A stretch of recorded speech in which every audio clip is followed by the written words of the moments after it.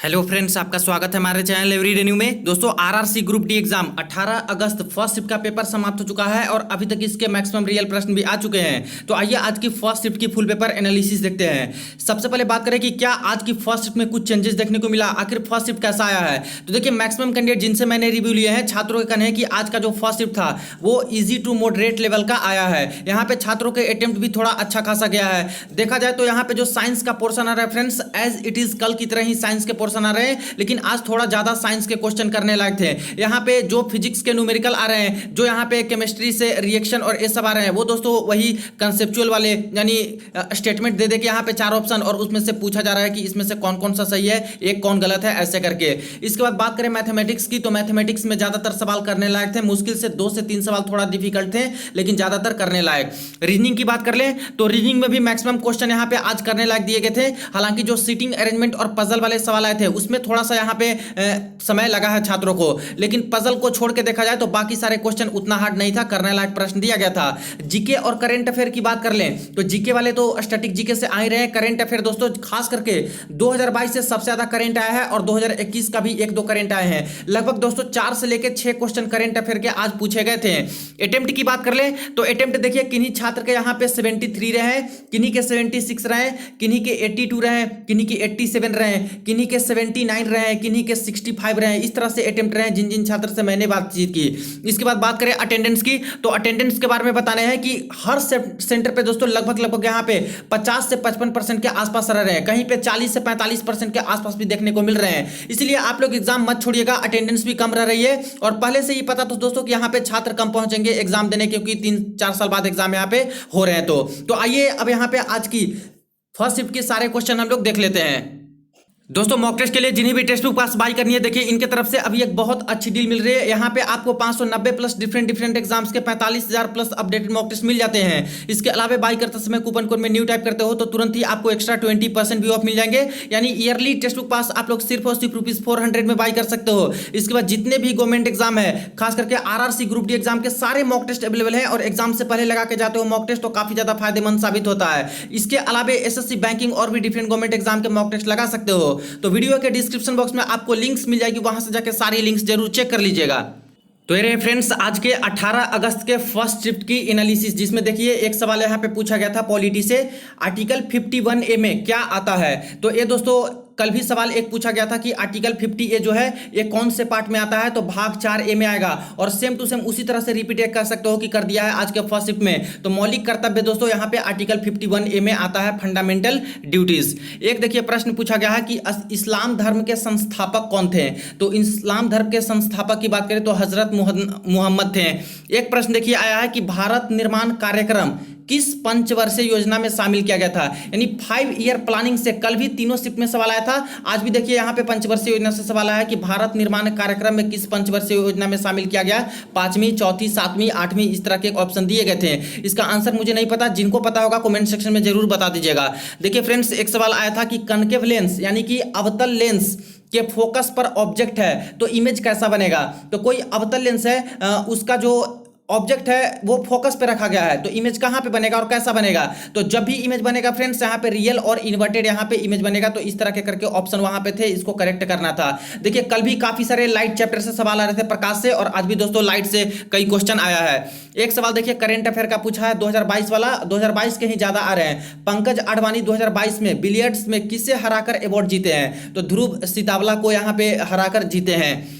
एक प्रश्न देखिए पूछा है, आर्थिक सर्वेक्षण रिपोर्ट कौन जारी करता है। अब आर्थिक सर्वेक्षण रिपोर्ट होता है फिनांस मिनिस्टर के तरफ से यहाँ पे किया जाता है, यानी कि मिनिस्ट्री ऑफ फिनांस की तरफ से जारी किया जाता है आर्थिक सर्वेक्षण रिपोर्ट, वित्त मंत्रालय की तरफ से। देखिए एक सवाल आया है यहाँ पे करंट अफेयर का है कि वन विश्व रिपोर्ट में भारत की रैंकिंग अभी लेटेस्ट में क्या है, सेकंड पे है, थर्ड में है, फोर्थ में है या फिर फिफ्थ में है। तो फॉरेस्ट रिपोर्ट में बात करें वर्ल्ड लेवल पे तो इंडिया की रैंकिंग कितनी है, थर्ड रैंक पे आती है। एक देखिए प्रश्न आया है दोस्तों जो कि न्यूमेरिकल इस तरह से पूछा गया था रिफ्रैक्टिव इंडेक्स के रिगार्डिंग। कोई प्रकाश एक मीडियम से दूसरे मीडियम में जाती है तो वहां पे रिफ्रैक्शन होता है, तो इंसिडेंट एंगल दिया था 45 डिग्री और मीडियम में जाने के बाद वो चेंज हो जाता है और उसका एंगल हो जाता है 30 डिग्री पर मुड़ जाती है। तो रिफ्रैक्टिव इंडेक्स क्या होगा, इस तरह से सवाल आए थे। तो देखिए जब भी कोई प्रकाश यहाँ पे रेयरर से डेंसर मीडियम में जाती है तो इस तरह से यहाँ पे कुछ मुड़ जाती है डेंसर मीडियम में जाने पे। तो ये 45 डिग्री दिया था और यहाँ पे 30 डिग्री दिया था और इसके बाद पूछा कि जो रिफ्रैक्टिव इंडेक्स होगा वो क्या होगा। तो फॉर्मूला होता है n1 sin थीटा 1 बराबर n2 sin थीटा 2, यानी कि n1 रिफ्रैक्टिव इंडेक्स इसका है और n2 जो डेंसर मीडियम है इसका है, और थीटा 1 यहाँ पे 45 डिग्री है और थीटा 2 यहाँ पे 30 डिग्री है। तो इस तरह से फॉर्मूला पे अगर बैठाएंगे तो n1 डिवाइडेड बाई n2 बराबर हो जाएगा sin थीटा 2 बराबर sin थीटा 1। अब sin थीटा 2 है 30 डिग्री, तो sin 30 degree divided by sin 45 degree, जितना यहाँ पे आएगा उस तरह से यहाँ पे निकल जाएगा। अब पूछेगा कि इसके रेस्पेक्ट में, यानी कि रेयर मीडियम जो है एयर वाला, उसके रेस्पेक्ट में क्या रिफ्रैक्टिव इंडेक्स गया, तो इस तरह से निकल जाएगा। या फिर इसके रेस्पेक्ट में पूछेगा तो n2 बराबर करके यहाँ पे निकल जाएगा। तो इस तरह से दोस्तों सवाल आए हैं। तो देख सकते हो कि यहाँ पे सवाल इस तरह का भी बन रहा है आपके लाइट वाले टॉपिक से। एक देखिए प्रश्न पूछा गया है कि एसी जनरेटर किस सिद्धांत पर काम करता है, कौन से प्रिंसिपल पे काम करता है। तो Faraday's law of electromagnetic induction, electromagnetic induction पे काम करता है एसी जनरेटर। एक देखिए प्रश्न आया कि 73rd संविधान संशोधन किससे संबंधित है। देखिए दोस्तों कल ही थर्ड शिफ्ट में ये सवाल पूछा था और आज फर्स्ट शिफ्ट में रिपीट कर दिया है। तो एनालिसिस देखते हो फ्रेंड्स, तो आपको फायदा यहाँ पे होते हैं क्योंकि कई क्वेश्चन है जो कि रिपीट करेंगे और आगे आने वाले शिफ्टों में भी जब एग्जाम होंगे तो देखिएगा कि कुछ क्वेश्चन आपको फर्स्ट फेज वाले से, सेकंड फेज वाले से रिपीट देखने को मिलेंगे। तो 73rd जो अमेंडमेंट हुआ था वो पंचायती राज व्यवस्था के लिए हुआ था। नेक्स्ट देखिए एक सवाल आया है कि इनमें से अजैविक घटक कौन सी है। तो अजैविक घटक की बात करें नॉन लिविंग की, तो सॉइल हो जाएगा, यानी कि मृदा हो जाएगा। तो आज के जो जीके के प्रश्न थे यहाँ पे करने लायक ज्यादातर प्रश्न दिया गया था। एक प्रश्न पूछा गया कि पोंगल का त्योहार किस भगवान के ऊपर आधारित है, यानी कि किसकी पूजा होती है पोंगल के त्योहार में, सन, मून, दुर्गा, इस तरह से था। तो सन हो जाएगा सूर्य। एक देखिए सवाल आया है कि अगर किसी रेजिस्टेंस की लेंथ को तिगुना कर दिया जाए और एरिया को डबल कर दिया जाए तो प्रतिरोध यानी कि रेजिस्टेंस क्या होगा। अब देखिए कल ही से दोस्तों इलेक्ट्रिक सर्किट, इलेक्ट्रिक करंट से रिगार्डिंग काफी सारे सवाल बन रहे हैं, न्यूमेरिकल भी बन रहे हैं फिजिक्स में, और आज भी देखिए ओम्स लॉ से और यहाँ पे रेजिस्टेंस वाले से पूछे गए हैं, दो सवाल पूछे गए हैं। तो यहाँ पे हम लोग फॉर्मूला से देखेंगे कि रेजिस्टेंस का फॉर्मूला होता है रो एल डिवाइडेड बाई ए, यानी कि एल हो गया लेंथ और ए हो गया एरिया ऑफ क्रॉस सेक्शन। अब बोल रहा है कि लेंथ को हम लोग ट्रिपल कर दिए 3 गुना, तो 3L हो गया। अब एरिया ऑफ क्रॉस सेक्शन को डबल कर दिए 2 गुना, तो 2 एरिया हो गया। यानी कि फॉर्मूला ये तो कांस्टेंट है ये वाला रो, तो अब कितना हो गया, रो एल बटा ए इंटू 3/2 इतना हो जाएगा। यानी इसका वैल्यू तो होता है आर रेजिस्टेंस, तो कितना आ जाएगा आंसर 3/2 आर। तो ऑप्शन में देखेंगे तो ऑप्शन में देखिए यहाँ पे है 3/2 आर, तो यही इसका इफेक्टिव रेजिस्टेंस हो जाएगा, इतना चेंज करेंगे तो इस तरह से दोस्तों सवाल यहाँ पे बने हैं। एक देखिए सवाल आया है कि रेजिस्टेंस इफेक्टिव क्या होगा। एक ट्रायंगल में दे दिया था रेजिस्टेंस, 3 ओम का, 6 ओम का, 3 ओम का, और यहाँ पे जो बेस में रेजिस्टेंस था वो 3 ओम का था।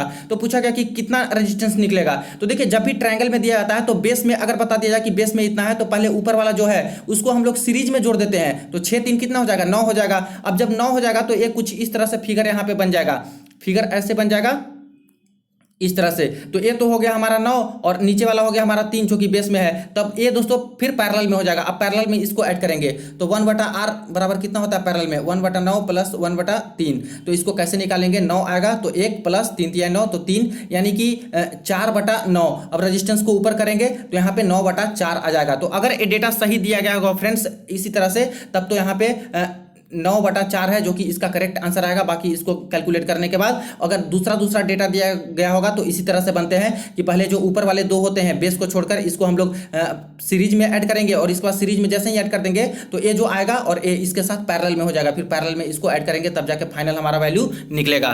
देखिए एक सवाल यहाँ पे आया है, विद्युत रासायनिक श्रेणी में किसकी रिएक्टिविटी यानी सक्रियता सबसे अधिक होती है। तो मोर रिएक्टिव, तो रिएक्टिविटी सीरीज आपको पता होगा, उसके अकॉर्डिंग निकालना था। यहाँ पे ऑप्शन भेजे गए हैं। अगर रिएक्टिविटी सीरीज की बात करें तो पोटेशियम सबसे ज्यादा रिएक्टिव होता है, सोडियम, इस तरह से एक रिएक्टिविटी सीरीज वाला होता है दोस्तों, उसको पढ़ लीजिएगा। कल भी रिएक्टिविटी सीरीज से रिलेटेड सवाल आए थे। एक देखिए प्रश्न पूछा है दोस्तों पेरियोडिक टेबल के रिगार्डिंग, और 2 सवाल आए हैं पेरियोडिक टेबल से। कल तो न्यूलैंड से पूछा था, आज डोब्रेनर ट्रिक नियम से पूछा था। तो डोब्रेनर ट्राइड्स जो होता है किस पर आधारित था, तो मास नंबर यानी एटॉमिक मास नंबर पे आधारित था। इसके बाद देखिए पूछा गया है कि डोब्रेनियर ट्राइड्स यानी कि ट्रिक का नियम है, इसके बारे में इनमें से कौन सा कथन गलत है। अब 4 स्टेटमेंट दिया गया था, चारों में से अगर पता होंगे तभी छात्र लगा सकते हैं। तो देखिए थोड़ा डीपली पूछ रहा है, हालांकि कोई बाहर से नहीं पूछ रहा है। 10th स्टैंडर्ड का जो साइंस बोला गया फ्रेंड्स सीबीएसई का, तो सीबीएसई तो फॉलो करती है एनसीईआरटी को, तो एनसीईआरटी के रिगार्डिंग ही सारे सवाल आप क्या रहे हैं, इतना भी हार्ड नहीं है। अगर सारे कंसेप्ट आप लोग पढ़े हो, रीडिंग अच्छा से बुक की हो, तो आसानी से ये सारे क्वेश्चन भी आप लोग बना सकते हो। वन लीनियर बहुत कम पूछे जा रहे हैं। देखिए एक सवाल यहाँ पे आया है दोस्तों बायोलॉजी का, फिगर दे दिया गया था ह्यूमन ब्रेन का और इस तरह से 1 2 3 4 करके नंबरिंग दे दी गई थी। पूछा कि स्पाइनल कॉर्ड कौन सा है, मेरू रज्जु, इनमें से कौन सा है। तो यहाँ पे तो दोस्तों सेरेब्रम, सेरेबेलम, मेडुला ये सब होता है। 4 नंबर में बात करें तो यही हमारा होता है मेरू रज्जु या फिर स्पाइनल कॉर्ड, तो ये हो जाएगा स्पाइनल कॉर्ड। तो इस तरह से भी सवाल आ रहा है, फिगर बना के भी पूछ दिया जा रहा है। एक देखिए प्रश्न पूछा कि मैंग्रोव वन सबसे ज्यादा कहां पर पाया जाता है इंडिया में, तो पश्चिम बंगाल यानी कि वेस्ट बंगाल में पाया जाता है मैंग्रोव वन। एक प्रश्न आया है कि ब्रह्म समाज की स्थापना किसने की थी, तो राजा राम मोहन राय ने की थी। एक देखिए प्रश्न आया है कि पौधे श्वसन की प्रक्रिया कब करते हैं, तो दिन में करते हैं या फिर रात में करते हैं या फिर सूर्य की उपस्थिति में करते हैं। तो पौधे श्वसन की प्रक्रिया दोस्तों सूर्य की उपस्थिति में, तो यहाँ पे अपना भोजन बनाते हैं क्लोरोफिल के माध्यम से जो पत्तियां बनाती है। दिन में तो करते नहीं है, तो रात में ही ज्यादातर यहाँ पे जो है एक्सचेंज करते हैं, गैसेस एक्सचेंज, जैसे कार्बन डाइऑक्साइड को छोड़े ऑक्सीजन लिए, इस तरह से करके यहाँ पे होता है। तो रात में यहाँ पे इसका करेक्ट आंसर हो सकता है। देखिए एक सवाल आया था कि chemical reaction related bleaching powder CaOCl2 के रिगार्डिंग दोस्तों कोई रिएक्शन दिया गया था, उसके अकॉर्डिंग यहाँ पे सवाल पूछे गए थे केमिकल रिएक्शन। तो कल भी केमिकल रिएक्शन आया था, आज भी आया है। कल खास करके यहाँ पे बैलेंसिंग करने के लिए आया था, आज बैलेंसिंग का कोई इशू नहीं था, लेकिन दोस्तों एक रिएक्शन आया है। देखिए एक सवाल पूछा गया था फिजिक्स से कि 1 हॉर्स पावर, एक अश्व शक्ति कितना वाट के बराबर होता है, तो ये तो सिंपल है 746 वाट। एक देखिए प्रश्न आया कि भारत में अभी तक कुल कितनी मान्य भाषाएं हैं, यानी कि कहने का अर्थ ये है कि शेड्यूल में कितनी शेड्यूल लैंग्वेज है, तो टोटल यहाँ पे 22 शेड्यूल लैंग्वेज है 8वीं अनुसूची में। तो यही सवाल आया है। तो क्वेश्चन आज करने लायक था जीके वाला। एक देखिए प्रश्न आया कि 1950 में सुप्रीम कोर्ट में एक मुख्य न्यायाधीश के साथ साथ कितने अन्य न्यायाधीश थे, तो सबसे पहली बार जो सुप्रीम कोर्ट का गठन हुआ था दोस्तों 1950 के समय, उसमें पूछा कि दूसरे न्यायाधीश कितने थे एक मुख्य न्यायाधीश के साथ, तो दोस्तों लगभग यहाँ पे 5 एक्स्ट्रा न्यायाधीश थे। बाकी इसमें मैं कंफर्म नहीं बता सकता, आप लोग क्लियर कीजिएगा कि 5 ही थे या फिर इससे ज्यादा थे 1950 के समय।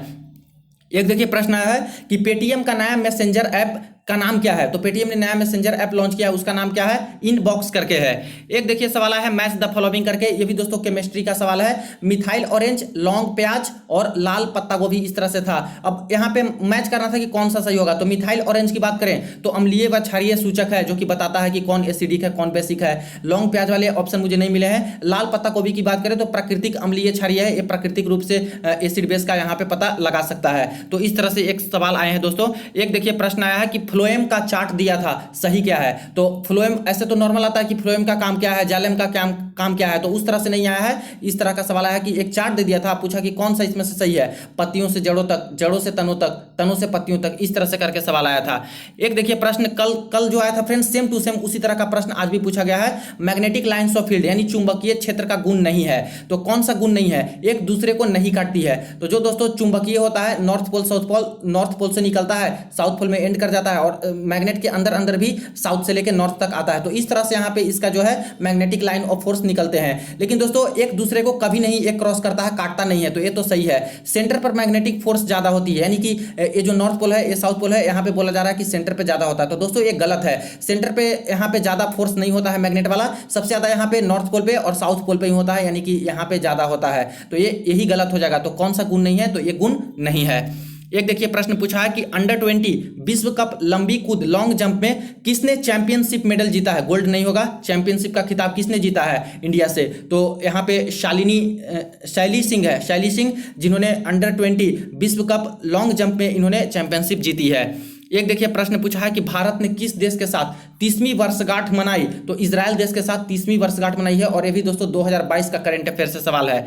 एक देखिए प्रश्न आया है कि वित्त मंत्रालय में घाटे के स्वरूप में इनमें से कौन सा संबंधित नहीं है, तो इसके 4 ऑप्शन दिए गए थे। ऑप्शन मुझे दोस्तों यहाँ पे पता नहीं है, छात्र को भी याद नहीं है। देखिए 33 नंबर क्वेश्चन एक पूछा गया है, लेंस में सेम आकृति की इमेज प्राप्त करने के लिए ऑब्जेक्ट कहाँ पे रखेंगे, यानी कोई लेंस है तो उसमें कहाँ पे हम लोग ऑब्जेक्ट रखेंगे ताकि सेम ही जितना लंबा ऑब्जेक्ट है उतना ही लंबा हमारा इमेज भी बने। तो देखिए जब यहाँ पे दोस्तों 2f फोकल लेंथ का डबल लेंथ जो होता है सेंटर ऑफ कर्वेचर के पास, वहां पे अगर किसी ऑब्जेक्ट को रखेंगे तब दोस्तों यहाँ पे सेम टू सेम लेंथ का यहाँ पे बनेगा, सेम टू सेम, जितना लंबाई का ऑब्जेक्ट रहेगा उतना ही लंबाई का यहाँ पे इमेज भी बनेगा। तो फोकस के डबल पे या फिर 2f पे रखेंगे तो यहाँ पे सेम टू सेम बनेंगे। तो इस तरह से देखा आप लोगों ने कि यहाँ पे साइंस के और जीके के क्या सवाल आए थे। मैथमेटिक्स की बात करें तो मैथमेटिक्स में नंबर सिस्टम से 3 सवाल, एलसीएम एचसीएफ से 1 सवाल आए हैं, बोर्डमास सिंप्लीफिकेशन से 3 से 4 सवाल हैं। ज्यादातर सवाल मैथमेटिक्स के करने लायक था।